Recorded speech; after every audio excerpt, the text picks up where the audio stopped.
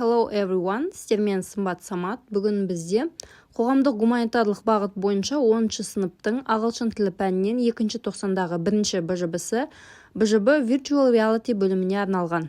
Бірінші тапсырма бізде әдеттегідей listening. Listen to the text and answer the questions. Write your answers in the space provided. Teacher reads the transcript. Мұғалім бізде транскриптті оқиды, соны тыңдап, мәтінді тыңдап, сұрақтарға жауап беруіміз керек. Бос қалдырылған орындарға өз жауаптарымызды жазамыз. Бірінші сұрақ: What is the topic of the debate? Дебаттың тақырыбы қандай? Жауабы: The colonization of other planets.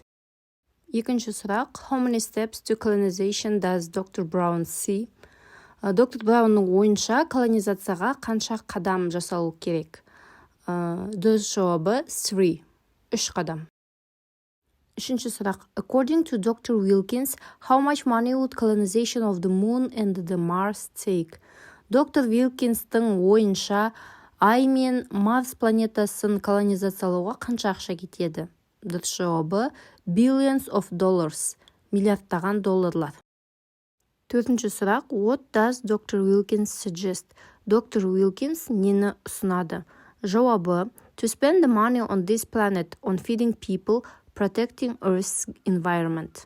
БЖБ-ның екінші бөлімі бізде speaking. Present your ideas on the topic virtual reality, fantasy books and the films.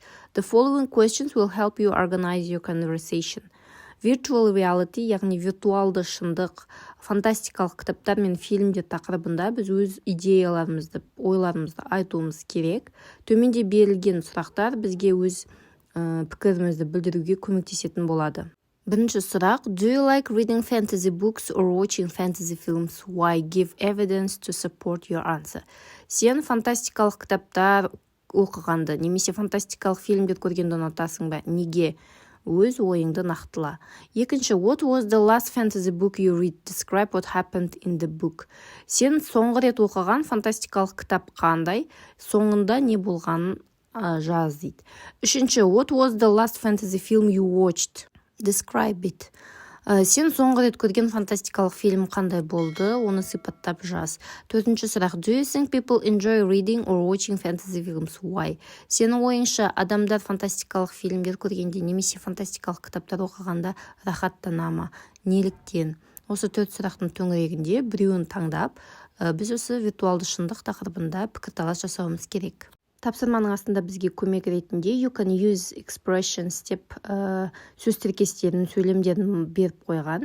Бірінші: for talking about the fantasy book, фантастикалық кітап туралы айтқанда біз мына тіркестерді пайдалансақ, мына құрылымдарды өз сөзімізде, өз сөйлемдерімізде пайдалансақ болады. Ал екіншіде бізде for giving your opinion about the film, яғни фильм туралы өз пікіріңізді айтқанда осы құрылымдарды, осы тіркестерді пайдалансаңыздар болады. Бұлардың барлығының аудармасын мен описанияда қалдыратын боламын. Мен өз кезегімде бірінші сұрақты таңдап, соған мысал ретінде сіздерге жауап жазып көрсететін боламын. I enjoy engaging with fantasy stories, whether in books or films, because they allow for exploration of imaginative worlds, complex characters and the profound themes. Fantasy provides a unique escape from reality while offering insights into universal truths.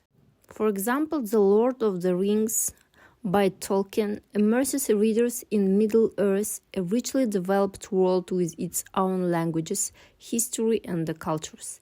Its themes of friendship, courage and the perseverance resonate deeply with audiences.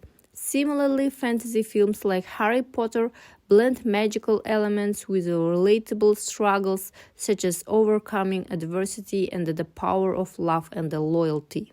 The genre's ability to stretch the boundaries of imagination while still reflecting human emotions and experiences makes it both entertaining and thought-provoking. Мен мысал ретінде тек бірінші сұрақты ғана талдап көрсеттім. Сіз өзіңізге ұнаған екінші, үшінші, төртінші сұрақтың кез келген алып таңдасаңыз болады. Видео пайдалы болса лайк қойып, каналға тіркелуді ұмытпаңыз.